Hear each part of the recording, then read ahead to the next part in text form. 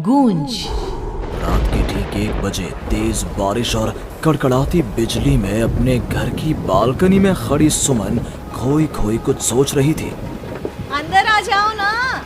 उसके घर के अंदर से आवाज आती है। तब भी सुमन काले अंधेरे में खड़ी न जाने किसका इंतजार कर रही थी, जिसमें से एक औरत अपने 2 बच्चों के साथ उसके पास वाले घर में लाल रंग की एक कार से उतरती है और बारिश में भागती हुई सामने वाले घर में चली जाती है। हेलो, कौन? मेरा कुछ सामान तुम्हारे पास है, लौटाओगी नहीं? आपका क्या सामान?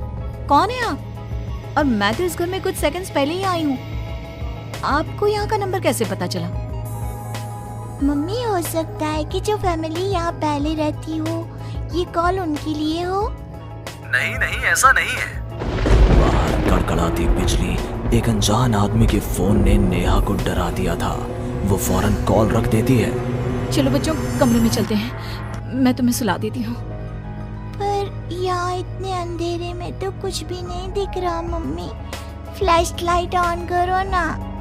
नेहा फ्लैश ऑन करती है, जहां उसे ऊपर जाने की सीढ़ियां दिखती हैं और चारों तरफ सफेद कपड़ों से ढके हुए फर्नीचर।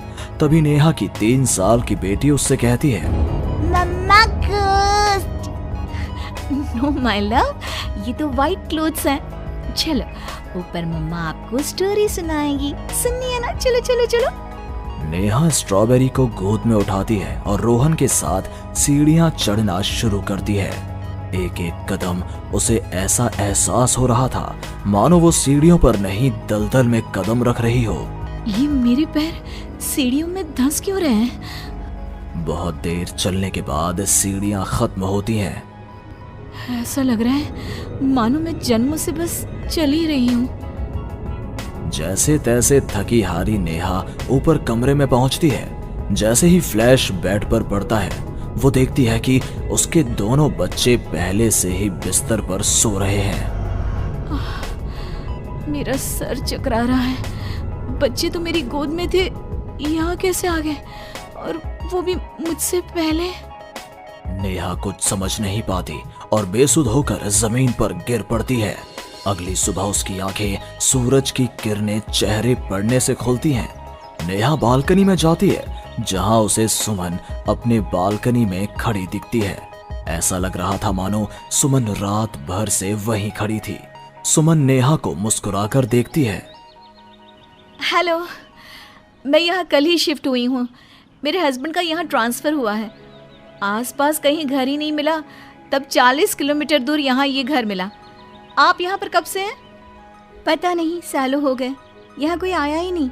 पर अब तुम आई हो तो राहत सी लगी। आओ ना घर पर। हाँ हाँ, क्यों नहीं, मुझे भी कंपनी मिल जाएगी। वैसे कल रात ना यहाँ कुछ अजीब महसूस किया मैंने। मैं आकर बताती हूँ। नेहा सुमन से मिलने उसके घर जाती है और पिछली रात हुए इंसिडेंट के बारे में उसको बताती है। ये तो कुछ भी नहीं है नेहा, ऐसे तो कई इंसिडेंट्स मेरी एक फ्रेंड के साथ भी हुए हैं और रोज होते ही हैं। सुमन अपनी कार में बैठी अपने नए ठिकाने की ओर बढ़ रही थी। जंगल के बीच से गुजरती वो खुद से कहती है, ये सिविल इंजीनियर्स की लाइफ ना बड़ी मुश्किल है। कहाँ जंगल झाड़ी में रहना पड़ेगा। कार एक घर के पास रुकती है। लीजिए मैडम, हम आ गए। आपको कुछ जरूरत हो तो मुझे कॉल कीजिएगा, मैं ये बगल वाले घर में ही हूँ। सुमन घर के अंदर जाती है। डाइनिंग टेबल पर पहले ही खाना रखा हुआ था, पानी का ग्लास भी, टीवी ऑन ही था। ऐसा लग रहा था मानो अभी अभी यहाँ कोई था या है। चलो, कंपनी अच्छी है, सब अरेंजमेंट्स मेरे आने के पहले ही कर रखे हैं। सुमन खाने की टेबल पर बैठती है, जहाँ 5 लोगों का खाना परोसा हुआ था। ये 5 प्लेट किसके लिए सर्व कर दिया? हाथ है। सुमन अपनी प्लेट से खाना शुरू करती है और उसी वक्त बाकी 4 प्लेटों से भी खाना गायब होने लगता है। प्रमिल, कहाँ हो तुम प्रमिल? सुमन भागती हुई अपने ड्राइवर के घर पर जाती है। सुमन क्या देखती है कि प्रमिल जमीन पर गिरा हुआ है। फर्श पर हर तरफ खून ही खून। प्रमिल के मुंह से भी खून आ रहा था। वो कराहता हुआ कहता है, मैम, यहाँ रूहें रहती हैं, ये आपको भी नहीं छोड़ेंगी। ये कहते कहते ही प्रमिल दम तोड़ देता है और सुबह के 11 बजे अचानक ही अंधेरा छा जाता है। चारों तरफ से अजीबोगरीब आवाजें आने लग जाती हैं। मम्मी आई, अरे कोई खाना देगा क्या मुझे? अरे जी सुनिए ना, प्लीज प्लीज मुझे मत मारो। पापा बचाओ, ये लोग कौन है? सुमन अपने दोनों हाथों से अपने कान को बंद कर लेती है और जोर जोर से चीखती है।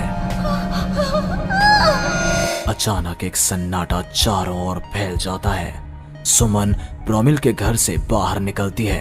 चारों ओर घुप अंधेरा, वो भी कुछ देख नहीं पाती और वापस अपने घर की ओर लौट आती है। इससे अच्छी तो मौत होती, ये मैं कहाँ फंस गई। मम्मा गोदी। अरे सुमन, क्या मरने वरने की बात करती रहती हो? जाओ मेरे लिए चाय बनाओ। ये कौन बोल रहा है?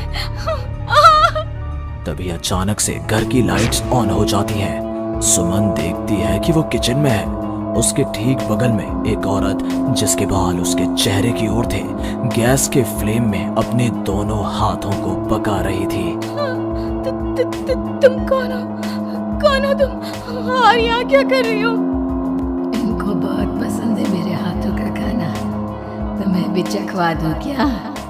कर्कश आवाज में ये कहती हुई वो औरत झट से सुमन के हाथों को आग में डाल देती है। सुमन चीखती रहती है पर वो औरत उसके हाथों को नहीं छोड़ती। तुम्हारे पेट में एक बच्चा है ना, सुन लिया मैंने। और औरत ये कहती सुमन के पेट पर हाथ फेरने लग जाती है और उसके पेट में हाथ डालकर मांस का टुकड़ा बाहर निकाल कर खा लेती है। मेरा बच्चा। ये तो कुछ भी नहीं, उधर देखो। वो औरत दीवार की तरफ इशारा करती है। दीवार पर खून के ऐसे धब्बे थे मानो नवजात शिशुओं को उसी दीवार पर पटक पटक कर मार दिया गया हो। तभी वहां लगभग 5 साल का एक बच्चा आता है। उसका शरीर पूरा सफेद और आंखें काली थी। माँ, भूख लगी है। वो औरत अपने आग में सेके हुए हाथ को वहीं पास में बड़े चाकू से काटकर बच्चे को खाने को दे देती है। सुमन तो समझो अब मर ही चुकी थी। इतना कुछ देखने के बाद कौन ही जिंदा रह सकता था। अब उसका शरीर भी गवाही दे रहा था। एक कदम भी चलना मुश्किल था।